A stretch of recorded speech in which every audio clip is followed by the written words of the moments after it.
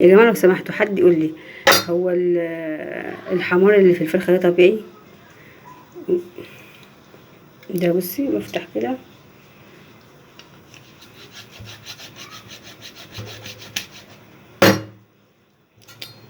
ده مش عارفة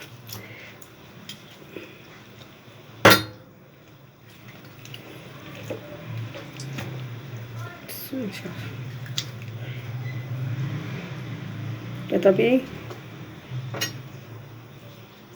اصل انا بقول ما نشتريش فراخ تاني، محدش بيصدقني. او يعني عايزه اعرف ده طبيعي ولا من التنظيف، ولا هي كده الفرخه فيها حاجه كده، فيها كميه دم مخزونه وحشه قوي.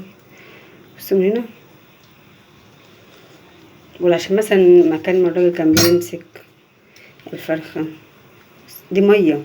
بصوا ميه، اللي يعرف يقول لي ايه ده، عشان بجد انا نفسي شويه من الفرخ.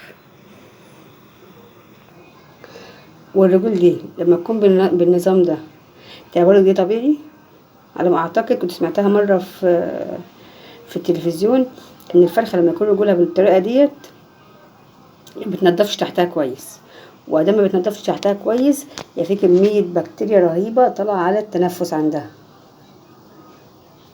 ولا حد له راي تاني؟